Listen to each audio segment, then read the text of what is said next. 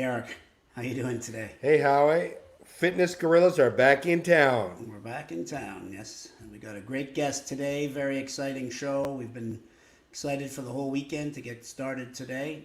Tell us a little bit You about know, it, Eric.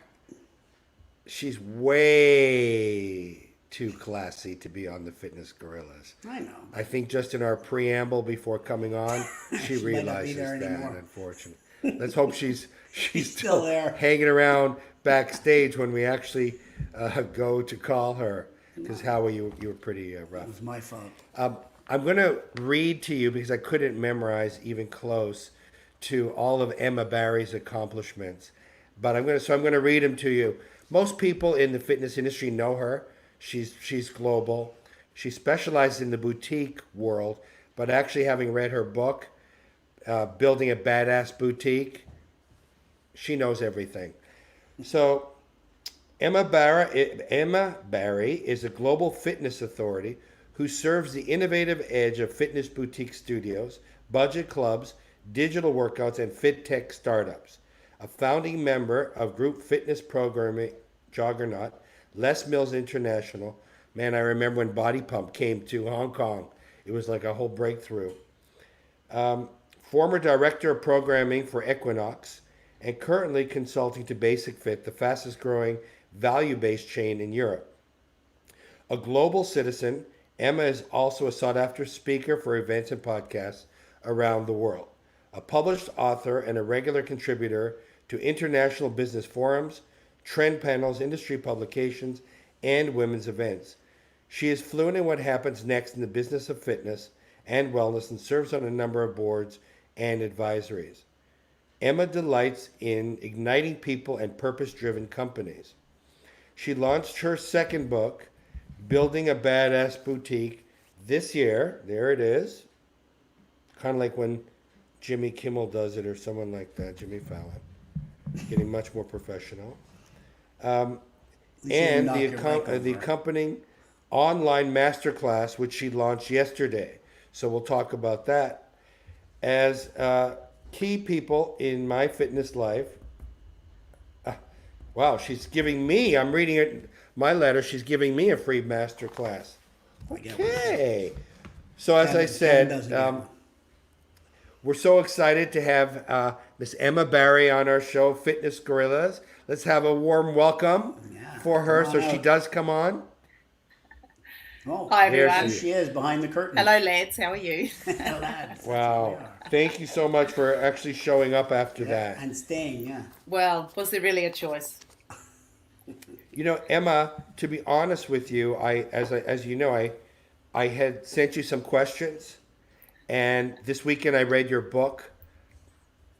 I don't know what to say. I have so many great questions, and I marked them all off in your book, as I mentioned earlier, the Badass Boutique. But this book is like a Bible on anybody getting into the fitness industry. Thank you. That's kind words coming from you. You've seen it all. No, yeah, but I can't read, so everything I Yeah, said that was the before doesn't problem. matter. That That's was a a big problem. problem at But first. it took you 6 months. Is that right? Something like that, a little bit over, yeah. And how many years of experience into that 6 months?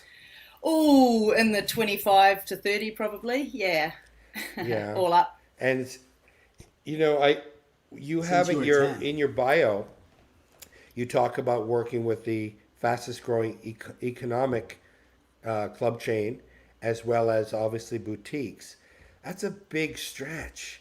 I mean, I've done them. I've done them both. And which do you prefer? And it's a totally different world. I mean, it's opposite. They are opposite in some ways. So if you think about it, when I worked for like Les Mills, always had a champagne culture, as did Equinox. So you're very, very into high service and luxury clientele and the way that you serve clients. So you learn a lot about how to serve people really well.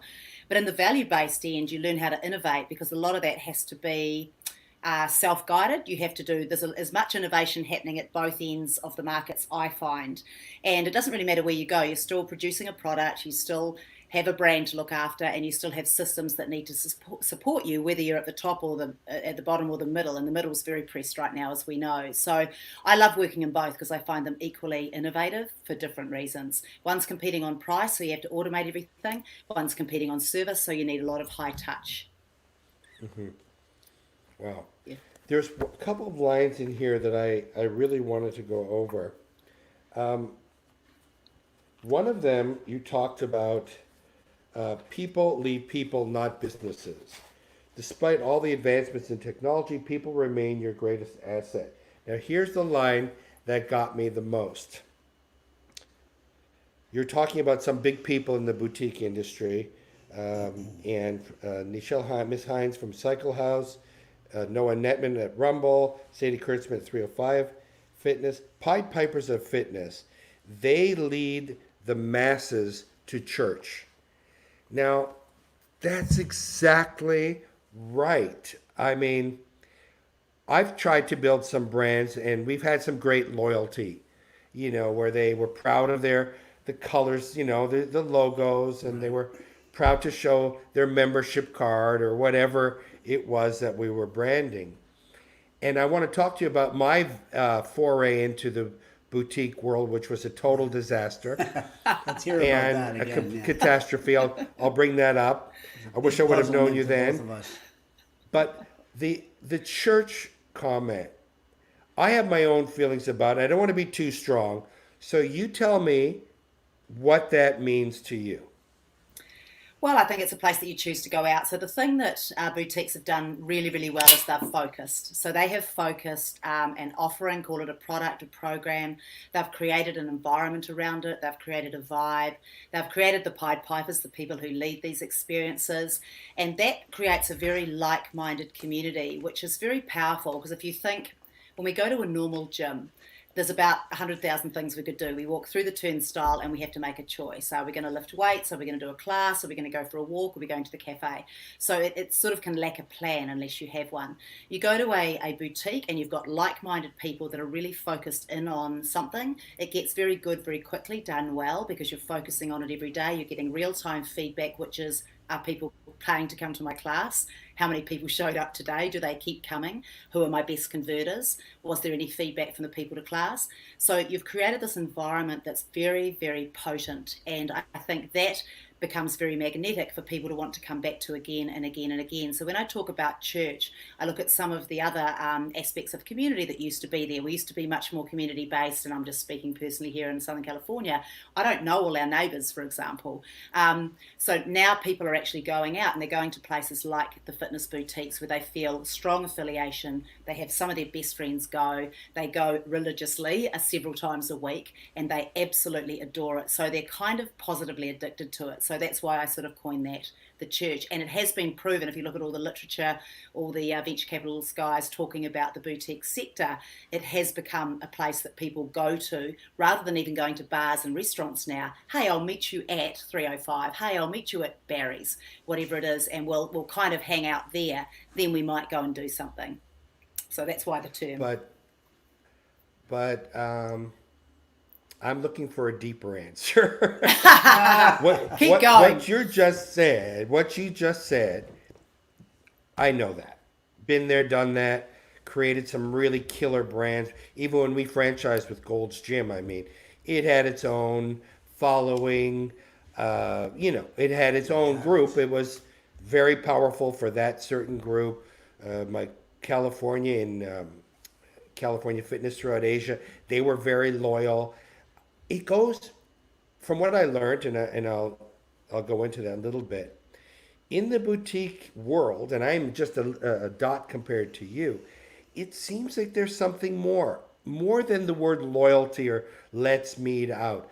I hired a wonderful consultant from indoor cycling, Barbara Chauncey, and she's an expert, and she used to tell me things, and I would say, come on, really? And she kept on saying that a boutique is not a small fitness center. She kept on drumming that into me, and about making a mistake and the audience seeing that we're fake. And I respect her. She knows what she's talking about. She really does, and she's wonderful. but I didn't understand that last bit where putting in the wrong picture in a social media situation and the people at home saying, wait a minute, Even the wrong shampoo. and in the country that we were in, one of the biggest reasons why people weren't joining, and there must have been a lot of them, was we didn't have the right shampoo. Yeah, We didn't unbelievable. have the right moisturizer. And they weren't kidding. They weren't saying like that because they didn't have anything else to complain about. But that was on priority.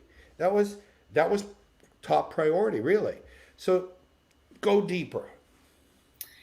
Look, it's an absolute pure experience. I mean, if you think, and it is, for many people, it is religious. If you take Soul Cycle, which is the greatest example, they weren't the first, but they were the most quotable moment. So, what's interesting about Soul is that people go, oh, it's a cycling class. Well, no, they happen to use a bike. When you hear the founders actually talk about it in depth, they happen to use a bike to get you into that state. Their whole reason for being was to have you shift your soul.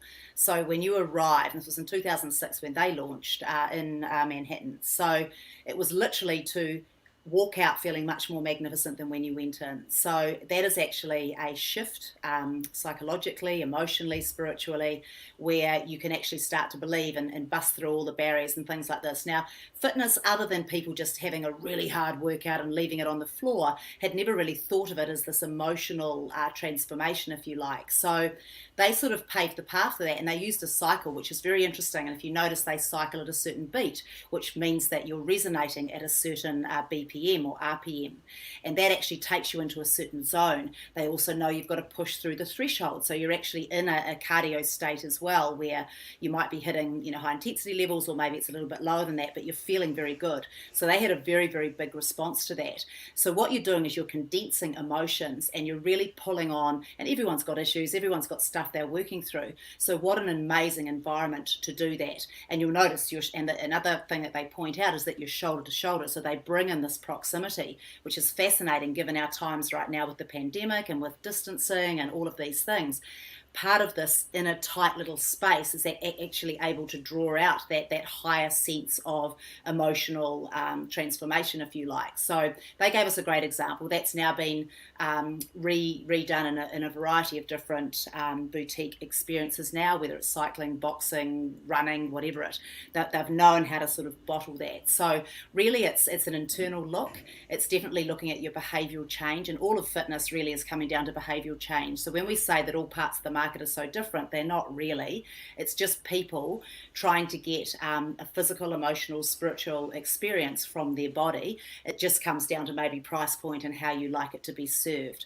So the boutiques are able to have this pure line, like this red line that runs through everything. And to your examples, got to have the right soap, got to have the right welcome, got to have the right instructor, the right clothing, apparel, shake, got to have the right marketing out the back, got to have everything about it has to be absolutely lined up. And that's not even about boutiques, that's life in general. We've all got to do that whole journey better if we want to take people to a place of transformation. I have a question. Yeah. To what extent, look, Eric and I are from the old generation, trying to get into some things that were more appropriate for newer.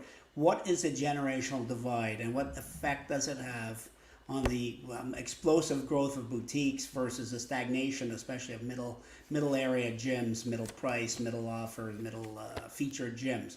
I mean, to me, it seems to be very starkly generational, and a part of that is also the need for community amongst, let's say, the millennial generation, where it's not so much the individual, it's a collective.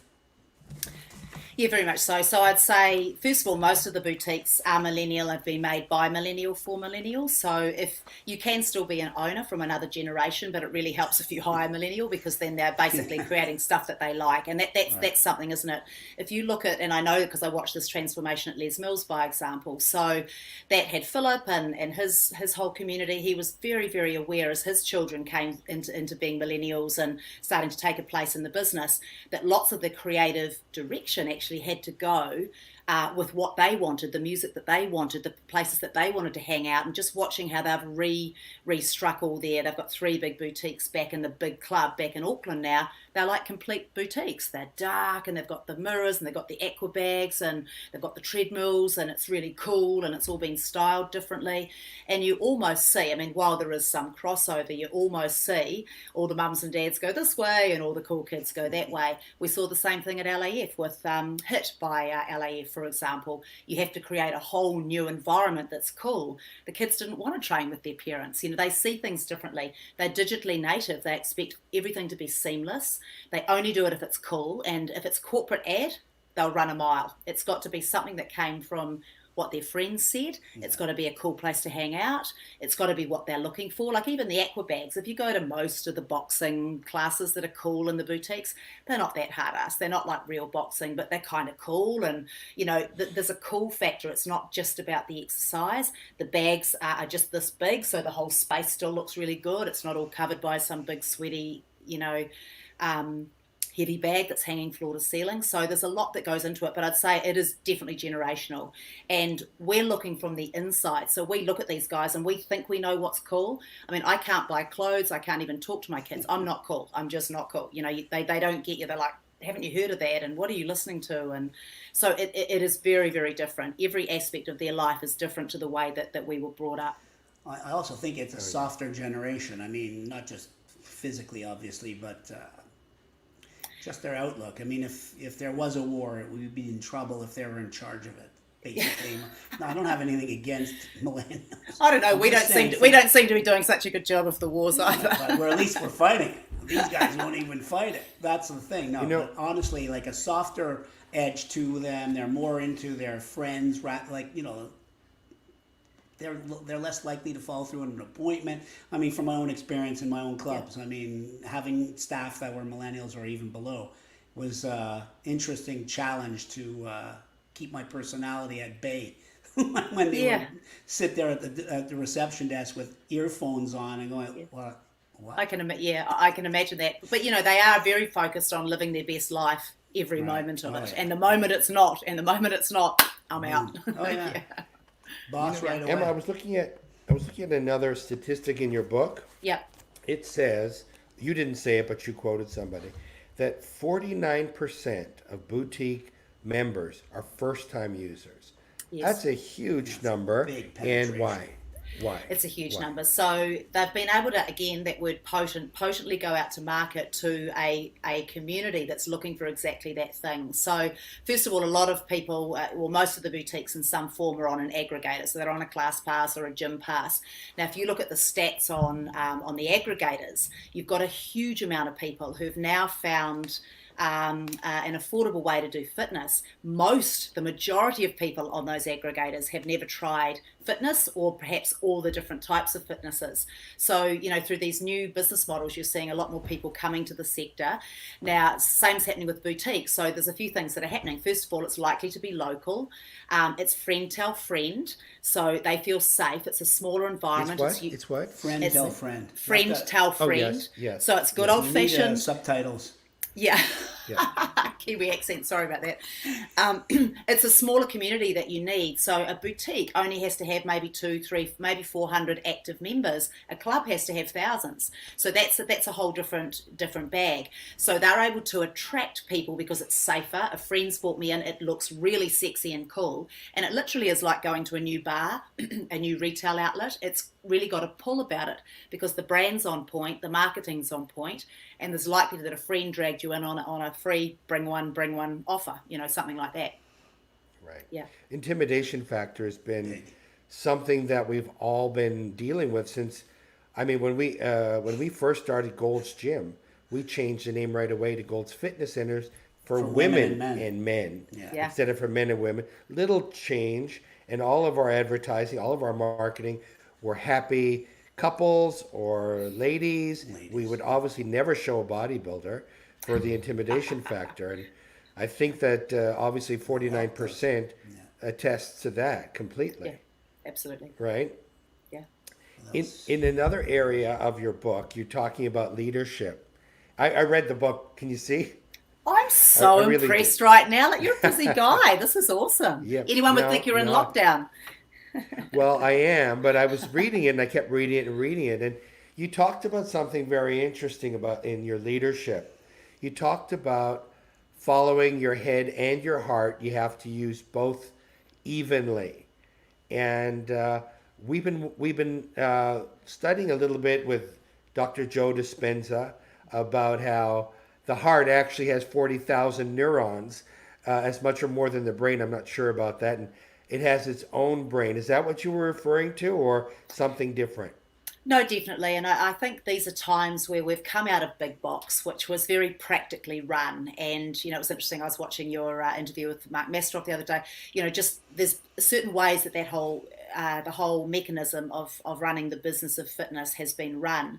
And now we're coming into, and we're seeing this also with the rise of female leadership, where there might be more IQ or more perspectives, and that's just diversity generally. More voices at the table bring different perspectives to bring in those people, that the 80% that we don't touch yet, which makes sense, right? So what I was really talking about is there will always be practical things. It's got to make sense. You've got to make money. You've got to have processes that do all the things automatically, regardless of who's doing them. But then we must lead from the heart, because if we don't come from the heart and resonate from here, a person can't fall in love with fitness. And that's the intrinsic thing that's going to get them coming back. We can't force people to have fitness in their lives. We know how hard it is as we watch obesity go up and up and up, and people sit down and they forget to stand up. That it just goes, especially in this country, it's horrific. So we're trying to, you must do both, because if I ultimately don't want to be somewhere, and that's why boutiques are so good, they've just got these sexy little environments, loud music, and there's only one thing to do. So it's got focus, it has a plan, and then around that you've got to have the human moment. So if you just go in and do a boring workout, I'm going to get pulled off into another great experience in my community. So you've got to have the heart where I feel something. I feel that pull to come back. I feel the high of the workout. I high five, or back in the days where we could high five our friends. I feel like I'm part of something, and I really love that. So it's doing both. But no, good So synopsis. it goes to your church story. It does go to Very a church much so, story. Yeah. right? Very much so. Yeah. And that's the flavor for sure of boutiques. But you're much more than just focused on boutiques. But before we get out of that segment, two questions I have. Yeah. Now, social distancing boutiques. Yeah. You mentioned Yeah, the I'm not cycling about place. that. Doesn't matter Yeah, what yeah. name, shoulder to shoulder. Everything is relegated on how much money we can make per class. We have X amount of bikes, we can have X amount of classes, we can charge this amount. All of a sudden, the entire world is thrown a 6 foot distancing. The cycle places are nowhere near that, really. They're Yeah. probably half of that at best. Yeah. Not even. What do we do? Yeah, so there's some, I guess, some maths going around the industry right now that if you do the full distancing, it's not every second bike, it's second and third bike. So if you look at just the floor plan of a boutique now, some are probably down in terms of capacity at about 65% of budget, just right there, just taking the bikes out and not being able to perhaps use that.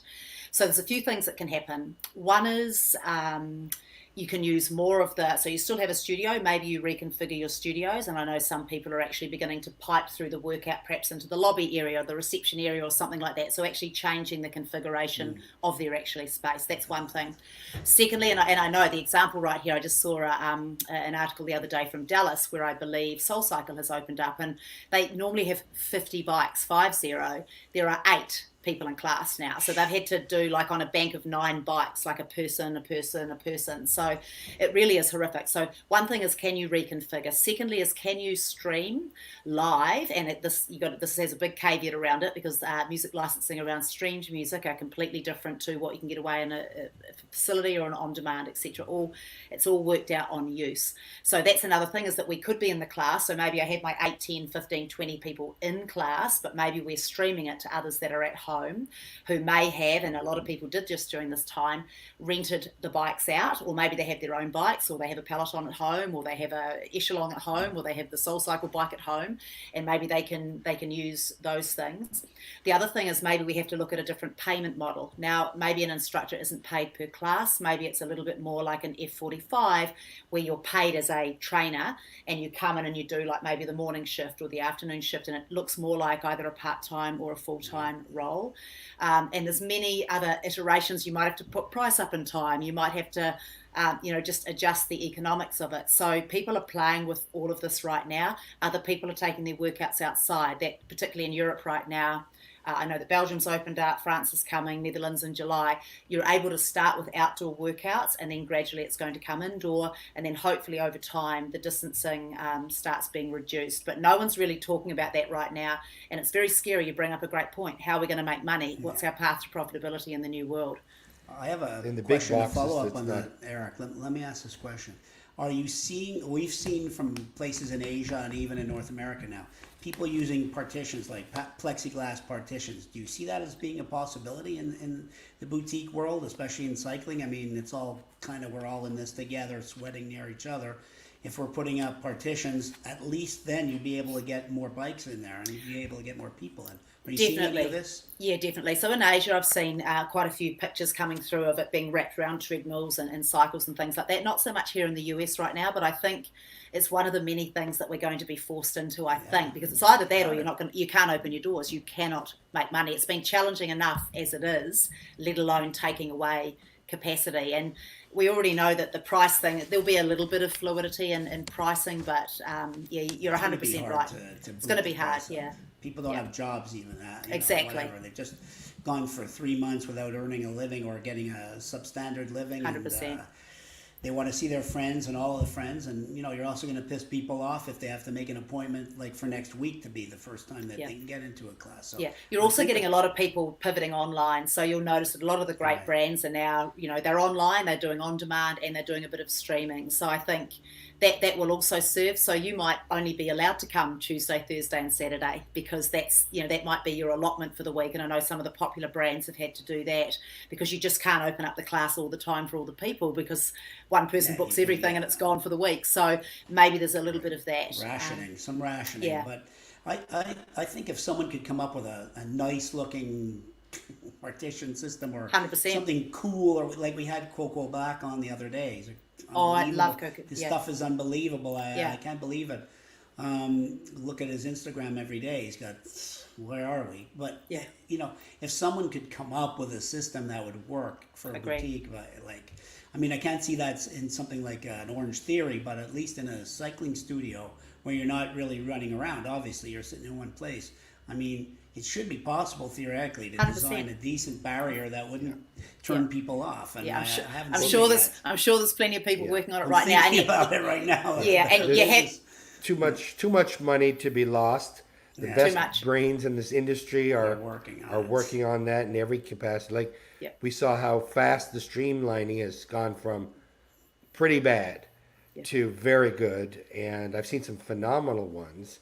And that's definitely going to be an adjunct and ancillary revenue. Has to be. It has to be.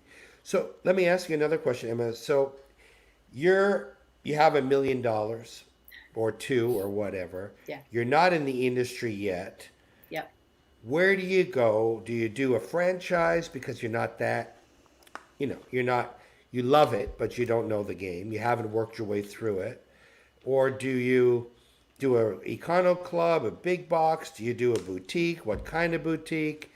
And do you hire a consultant, or you just, buy your new master class and go for it? Right. Yeah. I mean, as with all these answers, it's always a depends. So it really depends on your experience and how involved you want to be in the business. So, with a couple of $1 million, you've got some options, right? You could, and you have to look at where franchising is. So let's start with franchising. That could be a good option. Now, you'll notice with brands like Orange Theory Fitness, I think they're beginning to move away from just wanting people who are just cutting their teeth for their first franchise. They're really moving towards something much more professional, and same with Planet Fitness as well. Anything that's scaling is like, we want proven operators who basically take a whole region, are able to scale their brilliance, get the team. So I'd say if you had your money, that's probably a better way to go rather than just, goodness, let me just learn how to do this thing. If you don't know what you're doing, don't do it alone is the number one thing. either do franchising or get a consultant or hire people that know what they're doing, as long as you have a really strong vision for it. Now, if I had that money and I was spending, I did actually look at an F45. We looked at an F45 in Palm Springs a while ago, or a couple of those. I mean, I was quite interested in that because I love the model. I think it's very good.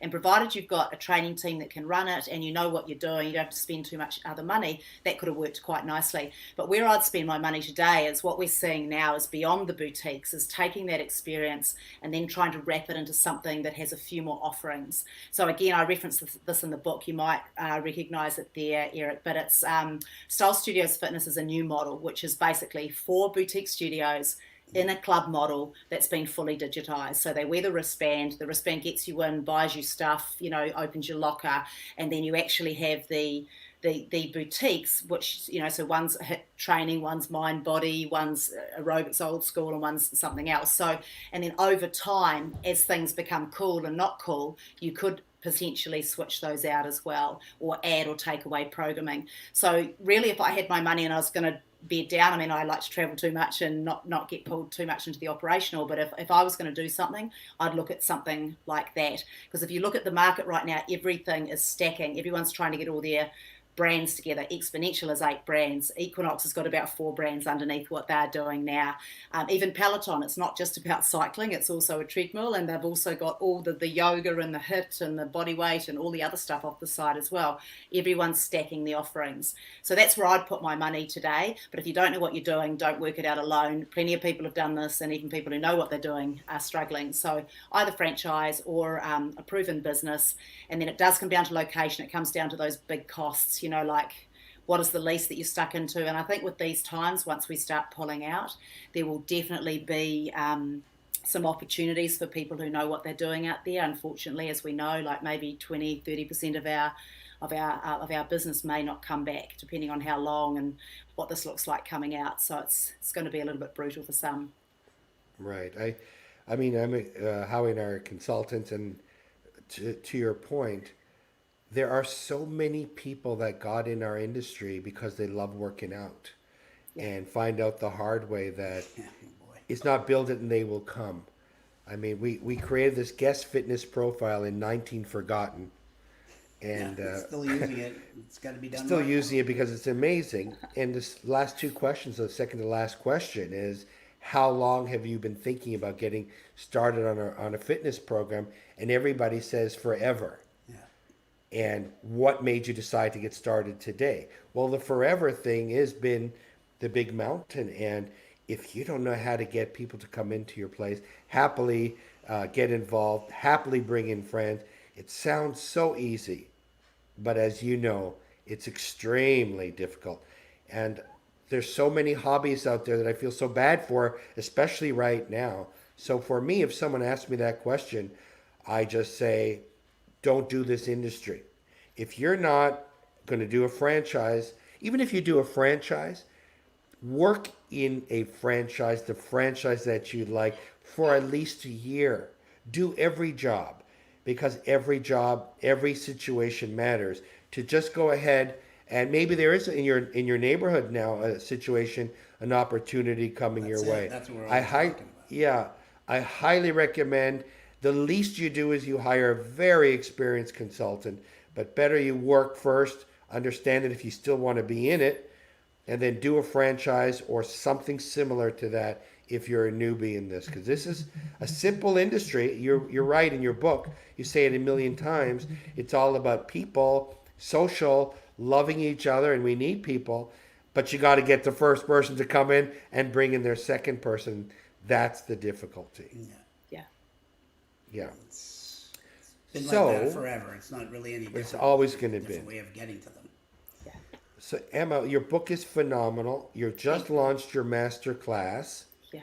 What do we learn? We're going to join. It's already started, your master class. So how do we get it, and what are we going to learn from it?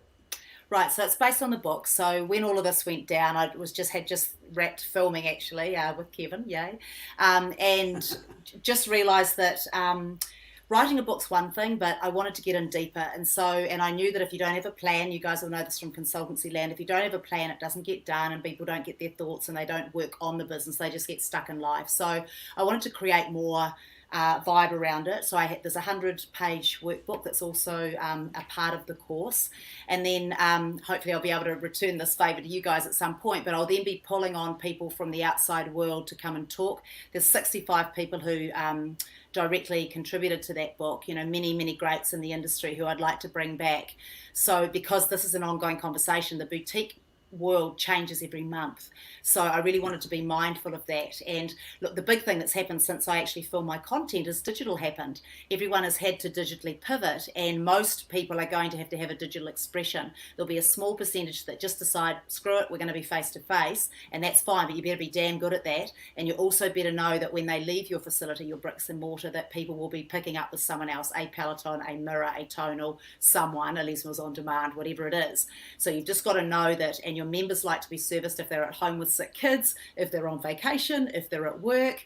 Same with personal training. We're seeing a lot of people are just quite happy to work out now. If I can't make it, hey, it's a long commute, why don't you just train me at home today? We'll do a virtual coach. So we're beginning to see it in all of those ways. So masterclass www.buildingabadassboutique.com, and there's a bit about what you get in there, and we've got an amazing COVID pricing discount happening right now if you use the word badass. Badass. Badass. And that has to be, they better move on it right now. They better move on it, yeah. So that's through end of June. So get on there. Wow. And I'm really proud. It's been a wonderful, because you've got to clarify your thoughts, right? You've got to write them and go, goodness, do I believe that? So it's been an incredible exercise. Been doing that, yeah. We're going to have our masterclass out in about a week or so we'll let you. I look forward to it. Yeah, we'll be probably a little more economical. But to be honest with you, having you on our show and meeting you, I realize we have to up our game quite a bit. You're very knowledgeable. Yeah. You know what you're talking about. And it's an honor to have you on the show. Definitely. Really. Oh, and I've loved it. And you two are hilarious. And I love this. We'll be in touch. And thank you for all the lovely shout outs. I have to say, I like the COVID-19 special that you're running. Absolutely. I mean, we already talked about, who were we talking about as a joke, Eric? What not on? I think Tony Damon. COVID-19 so special. we know you have another down, 19 a month. Our prices are sick. Can't do that. Nobody listening do that. Okay, it's for professionals only, and we're not. Okay. And Emma has another podcast to do right now. Go. I do. Do we give her the title? Honorary Gorilla? Honorary Gorilla. Absolutely. Fitness Gorilla, honorary fitness gorilla. Now remember, that's thank you so much. Not O-R. Yeah. Thank much you guys. success Loved to it. you, always. Thank you very much. Thank you. Thanks for really great meeting meeting you. Thanks. Bye-bye. Yeah, she knows some stuff, eh? Uh-oh. Now what do we do? She's the second best consultant I've ever class, and then we'll just copy everything.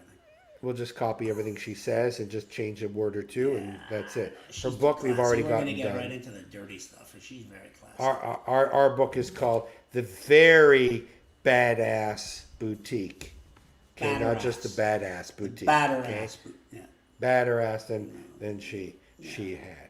But to be honest with you, she really knows her stuff, and anybody out there that is thinking about getting into the industry, like we talked about, that hasn't grown up through the industry, you've got a couple choices, 3 choices. Don't do it.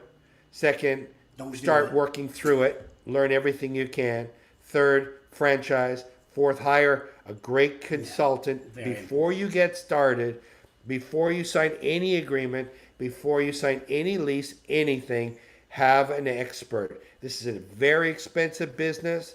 You have to start making money day one, and you can't afford to make huge mistakes. Mm-hmm. It's not an easy business. It's simple, but it's not easy. It's all getting people to come to sign up and become a member and bring in a friend. It's not that easy. Not that easy, and it's tilting. It's starting to tilt every few months now. Well, not only including because of the virus, but new trends, very fluid business right now.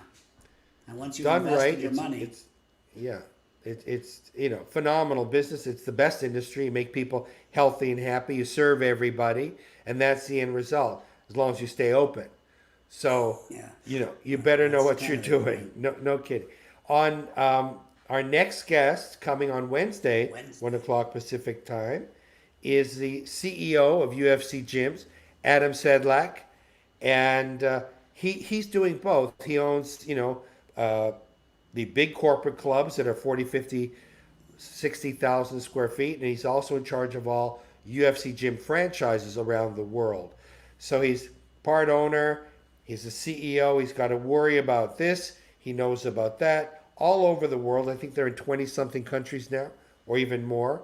And he's going to be a great guest. So that's on Wednesday. That'll be Looking good. forward to that. I want to hear his thoughts on the latest wrinkles and reopening. Especially So when you're thank you martial all. arts. Yeah, thank you all for listening. We're Thanks a lot. sure you enjoyed Emma, and we'll see you on Wednesday. Yeah, check out her book and her masterclass. Check out her book. See you next time. Thank you. Bye bye. Bye bye.